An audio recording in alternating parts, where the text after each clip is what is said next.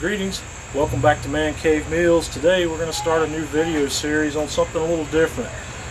One of my other hobbies besides barbecue and cooking is home brewing beer, and with this video series I'm going to teach you about the equipment you need and the processes involved in making homemade beer from all grain recipes. We're going to start out by having a look at the equipment required. As you see here in front of me, what I have is a rather high-powered propane burner. You need a propane burner like this to heat up large volumes of water, and as we go through the process you'll see how that works. You also need a couple of large containers for heating that water. This is my hot liquor tank. I use it for heating up water that's going to be used in the mash process. And this is a 10-gallon stainless steel kettle that I bought that's perfect for that. So that kettle works, it fits right on top of this propane burner and it'll heat up the water no problem.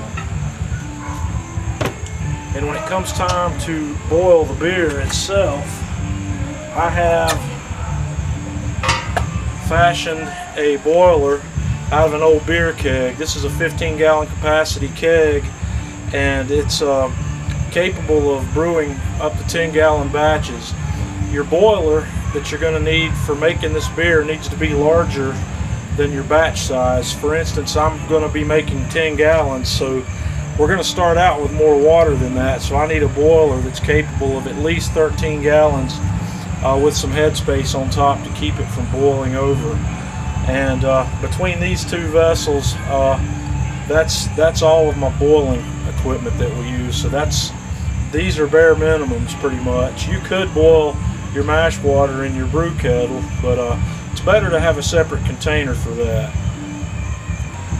The next piece of equipment that's critical in all grain brewing is a mash lauter tun, and I've made one of these out of a 10-gallon water cooler. And what we've done is replaced the valve that came with this thing, the water dispenser, with the brass ball valve bulkhead. And on the inside of this we have a piece of stainless steel mesh hose that allows us to drain the water from this without choking the valve up with grains. What's going to happen in this device is we're going to put hot water in it and then put all of our crushed grains in and let it soak. And I'll describe that process to you as we go, but we need to be able to drain the water off and leave the spent grains behind. And that's what this device does.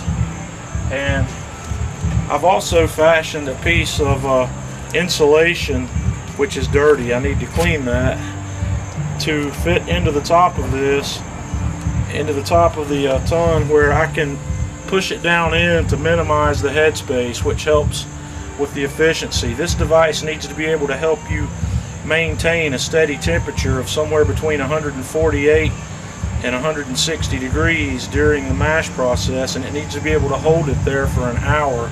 And this cooler setup is very capable of that, and we'll see that as we start brewing. Another piece of equipment that's nice to have if you're doing all grain brewing is your own grain mill, where you can crush your own grains.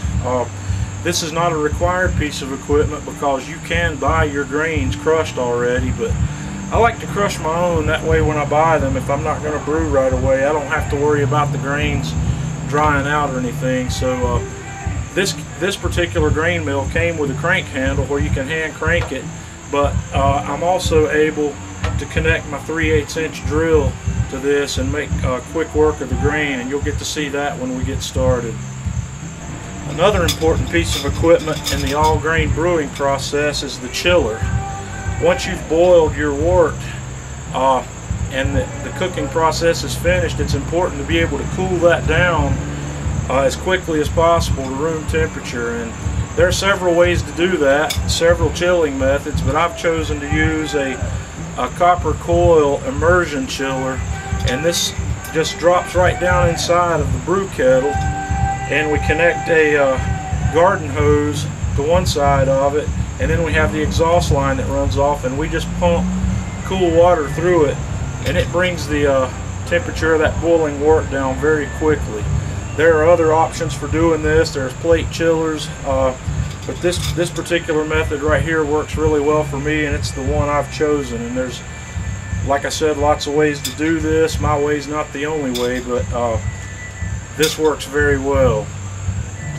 During the home brewing process, you're going to find a need for several buckets. I've got a 4-gallon bucket here that's marked off. It's graduated so you can use it to measure out larger volumes of water. I've got another old birdseed bucket here that I use when I'm crushing my grains, to crush my grains into this bucket. But I've also got a stirring spoon here that I use during the cooking process. But you're going to need several buckets. You're going to need one to store your grain in after it's ground and waiting to go into the mash. You're going to need a bucket to keep sanitizing solution mixed up in. As we go, we'll talk more about that. Everything that touches the beer after it's been boiled has to be completely sanitized. So you're going to need several buckets like this to work with. You're also going to need buckets to ferment. Some of you, if you're interested in kegging, now that's a whole different process, but you're going to need several plastic food grade buckets for fermentations that have sealable lids and that are drilled to hold these airlocks. And our brew that we're going to do in this video series, we're going to be making 10 gallons. These buckets obviously won't hold 10 gallons, so I'm going to split my fermentation out into 2 separate buckets.